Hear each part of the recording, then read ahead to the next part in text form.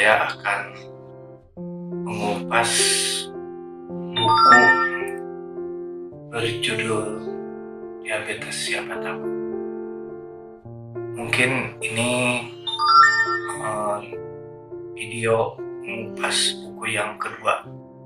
Yang beberapa minggu kemarin saya mengupas buku yang memang baru dirilis, dan itu kata pengarangnya alhamdulillah pembeliannya cukup banyak.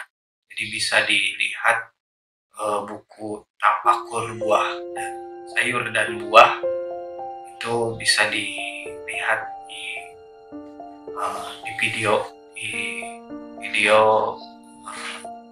mengenai ulasan isi dari buku tersebut. Pada saat ini saya justru berkebalikan mengupas buku, yaitu Diabetes Siapa Takut. Kalau yang kemarin buku itu terbit dan menanjak, tetapi yang ini adalah buku yang sudah tidak diterbitkan lagi, dan ini saya mengupas buku ini mengenang beliau Profesor Dr. Sri Hartini Haryadi, spesialis penyakit dalam KMMD. Beliau adalah atasan saya di Klinik Saka. Dia banyak memberikan kesempatan saya berkiprah di Prasadia, terutama Prasadia Jawa Barat. Kenapa saya mengupas buku ini? Mungkin saya teringat ketika umat Nabi Muhammad meninggal, maka dia akan terputus amal pahalanya atau amal ibadahnya, kecuali 3. Yang pertama adalah ilmu yang bermanfaat, yang kedua adalah harta yang diberikan di jalan Allah atau amal jariah, dan yang ketiga adalah anak soleh.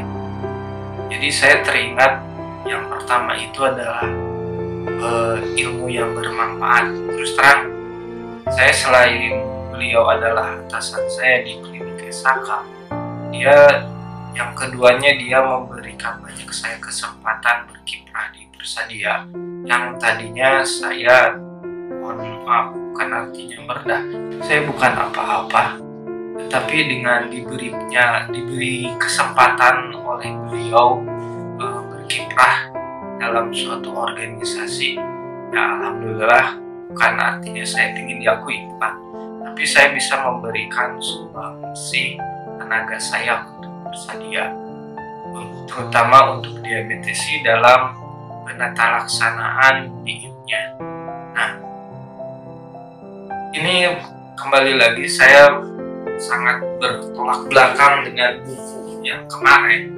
Kalau buku yang kemarin memang cukup bagus, tetapi buku tersebut mungkin hanya dimiliki oleh segelintir orang, karena buku Tapakur Sayuran dan Buah itu baru diliris atau di-launching pada tanggal 21 Juli kalau tidak salah.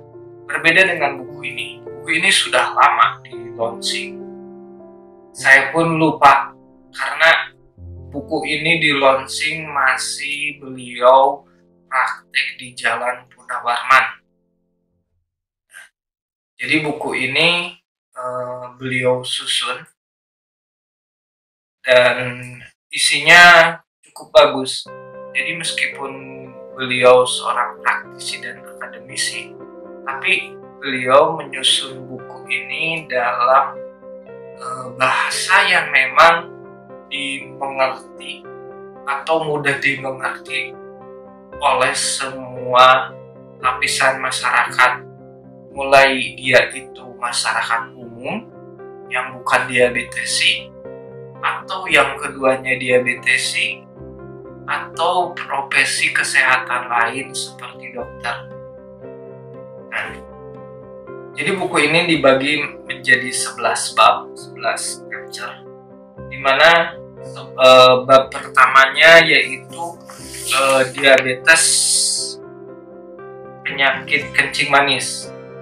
Mungkin bagi orang yang sudah kenal beliau almarhumah, mungkin pembahasan itu menjadikan sesuatu hal yang ciri khas beliau almarhumah menyampaikan apa itu diabetes. Tetapi bagi orang yang belum mengerti dengan membaca buku ini, dia memahami apa itu diabetes. Bahkan beberapa diabetesi yang kebetulan anggota Persadia ketika telah membaca buku ini, dia mengerti alur dari mulai sebelum diabetes sampai terjadinya diabetes. Jadi diabetes itu bahasa beliau bisa menyapa siapa saja. Dan di kata pembukanya bahwa dengan buku ini terus terang dia menyampaikan tidak akan mengobati, tapi dia menyampaikan bahwa membantu diabetes untuk mandiri dalam pengelolaan diabetesnya.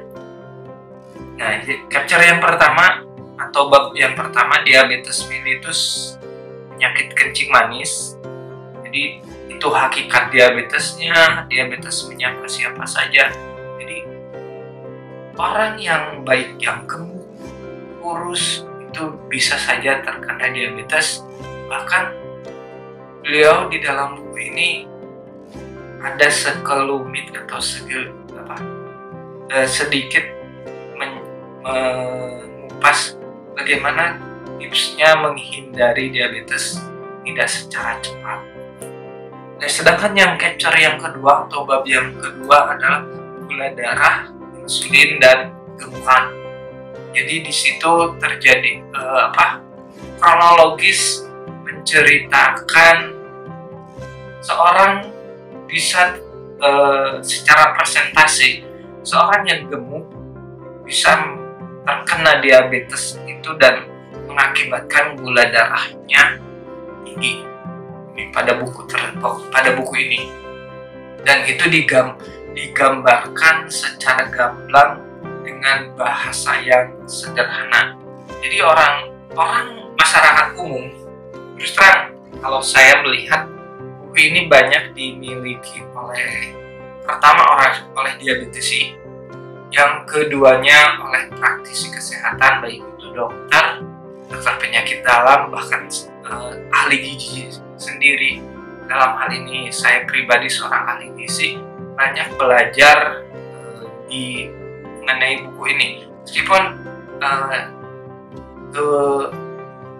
kewibawaan, kehambalan beliau dalam buku ini, dia tidak sendiri, bahasanya mengajak saya dengan rekan saya, Ibu Lia Yuliani, membahas masalah dietnya. Ibu boleh dibilang buku ini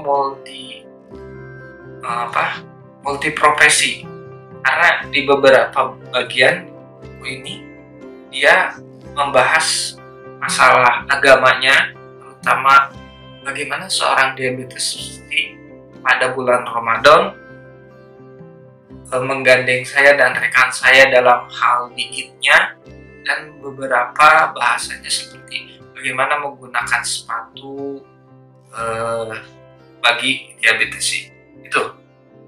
Nah, sedangkan yang ketiga, bab ketiga adalah gejala diabetes. Gejala diabetes itu yang mungkin di sini dijelaskan secara terperinci dan gamblang adalah 3P. Polipagi, polidipsi, dan poliuri, dan dibahas kenapa itu bisa terjadi pada orang yang punya gula darah tinggi. Jadi seringkali ada beberapa jargon adalah bahwa setengahnya dari penderita diabetes tidak mempunyai gejala, tidak mengeluhkan atau tidak mengeluh terhadap penyakitnya, tetapi mereka mempunyai gejala-gejala yang salah satunya yang 3P tersebut. Bab keempat adalah tipe-tipe diabetes. Tipe diabetes ini terus terang kalau di buku ini banyak sekali, mungkin beliau perlu mengangkat tipe-tipe diabetes ini karena banyak masyarakat yang menanyakan pada saat itu, sekitar berapa saya lupa lagi. Ini banyak menjelaskan apakah itu fakta atau asumsi masyarakat ataupun hal-hal yang memang perlu diluruskan di masyarakat, bahwa pada saat itu sangat ramai sekali adanya pemahaman masyarakat mengenai diabetes kering dan diabetes basah. Di buku ini dibahas itu, dan beberapa kali beliau mengatakan bahwa itu hanya terjadi di masyarakat, bahwa secara medis bahwa itu tidak ada diabetes kering dan diabetes basah. Jadi tipe-tipe diabetes ini beliau menjelaskan tipe diabetes 1 yang banyak diderita oleh anak-anak karena memang Allah Subhanahu wa Ta'ala memberikan cobaan kepada orang tuanya, dikaruniai oleh anak yang memang dalam hal insulinnya tidak bekerja secara normal, atau bahasanya juvenile diabetes. Lalu banyak dibahas juga yaitu diabetes tipe 2 dan diabetes gestasional atau diabetes yang hanya terjadi pada masa kehamilan. Jadi ini dibahas tipe-tipe diabetes itu dan tipe-tipe lain, yang memang tipe-tipe lain ini jarang terjadi. Pengalaman saya ketika berpraktek bersama beliau tahun 2000, dia waktu itu kantor beliau berada di, kalau posisi sekarang adalah di sebelah kanan ya, sebelah kanan yang berdekatan dengan gedung hemodialisa. Dulu di situ ada taman dan itu kantor beliau. Lalu saya waktu itu masih ingat tahun 2000, saya menggantikan ahli gizi yang praktek bersama beliau karena beliau sekolah kalau tidak salah, lalu digantikan oleh saya. Lalu cukup terkejut juga karena ada juga ahli gizi di rumah sakit Hasan Sadikin itu laki-laki. Padahal sebenarnya ada senior saya yang laki-laki, dan itu terjadi nggak tahu kenapa, mungkin Allah menakdirkan ini agak sedikit menyimpang, bahwa di Hasan Sadikin itu sejak saya masuk tahun 1997 sampai 2021, mungkin nggak tahu, ahli gizi itu cuma 2 orang yang ada di Hasan Sadikin. Entah kenapa, padahal ada beberapa yang melamar ke rumah sakit Hasan Sadikin ahli gizi laki-laki, itu pun gugur pada saatnya. Ya, by the way, mengenai hal itu. Tapi chapter keempat atau bab keempat, tipe diabetes. Sedangkan yang kelima adalah diagnosa diabetes, jadi kepastian adanya diabetes. Jadi di situ Profesor Sri almarhumah menjelaskan kadar gula darah yang tidak normal, dan itu merupakan patokan penegakan dari diabetes. Dan sebelum HbA1c itu didiagnosa pada saat ini, dan ini menjadi diagnosa yang bahasanya yang harus, beliau sudah membahas kepastian diagnosa selain gula darah pada saat puasa 2 jam PP postprandial, juga membahas HbA1c. Dan yang bab keenam adalah keadaan yang sering menyertai diabetes. Jadi masalah-masalah yang memang sebenarnya kalau saya melihat bahkan ya junior, bagi saya sih beliau senior, Dokter Adiarta bahkan mengemukakan sebelumnya diabetes, prediabetes ada yang namanya penyakit degeneratif yang dalam hal ini kelainan metabolisme. Jadi metaboliknya tidak bagus, sehingga berdasarkan genetik orang tersebut itu bisa masuk ke diabetes, hipertensi, ataupun penyakit yang lainnya. Tapi dibahas di buku ini juga. Bab ke-6, keadaan yang sering menyertai diabetes tadi. Bab ke-7, komplikasi dari diabetes. Nah, komplikasi yang diabetes ini boleh dibilang ini yang paling bahasa yang halusnya, bukan menakutkan, tapi seorang diabetes kalau tidak mengendalikan gula darahnya, maka akan berujung ke dua hal, ya komplikasi makro dan komplikasi mikro. Dan yang ke-8 adalah mengobati diabetes, jadi pelaksanaan diabetes itu sendiri. Ketika buku ini di launching pertama kali, penata laksanaan diabetes pada saat ini mulai digembor-gemborkannya yang 5 pilar. Jadi 5 pilar tersebut, yang pertama edukasi, yang kedua penata laksanaan, yang ketiganya olahraga atau aktivitas fisik, yang keempatnya obat. Di buku ini hanya 4. Tetapi ketika buku ini di launching pada saat itu Perkeni launching yang namanya pemantauan gula darah mandiri. Nah, meskipun almarhumah Prof. Sri Hartini tidak memasukkan secara eksplisit ke dalam buku ini, jadi di situ judulnya cuma 4 pilar pengendalian diabetes, tetapi di bab akhirnya dia menjelaskan setelah obat, dia menjelaskan ada yang namanya glukometer. Jadi glukometer yang baik, yang benar, dan cara penggunaannya ada di terakhir bab buku ini. Itu yang ke-8, sedangkan yang ke-9 keadaan khusus pada diabetes seperti pada kehamilan, diabetes dalam perjalanan, diabetes saat olahraga, menyopir, dan kebiasaan merokok. Nah, jadi di buku ini memang beliau cukup jeli. Aktivitas apa saja yang memang tidak pernah terpikirkan oleh dokter lain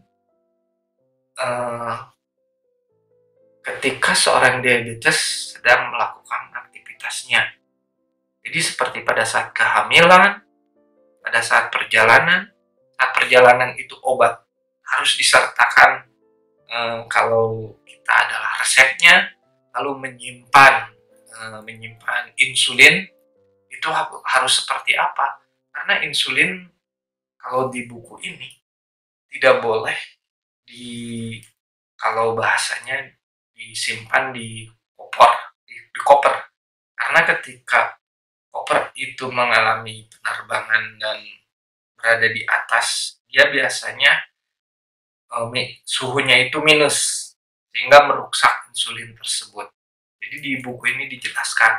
Dan yang lebih menariknya lagi pada bab 10 memang sebenarnya kelanjutan, kalau saya melihat kelanjutan dari bab 9 adalah diabetes dan puasa di bulan Ramadan.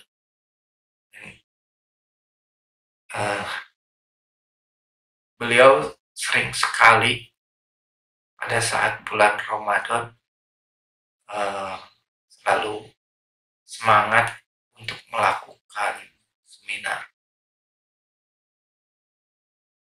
dan seminar eh, yang yang dia adakan insya Allah selalu mengajak saya dalam menjelaskan penata laksanaan diet pada bulan Ramadan bagi diabetes. Dan yang 11 adalah pencegahan diabetes. Saya teringat kembali lagi ke bab 10.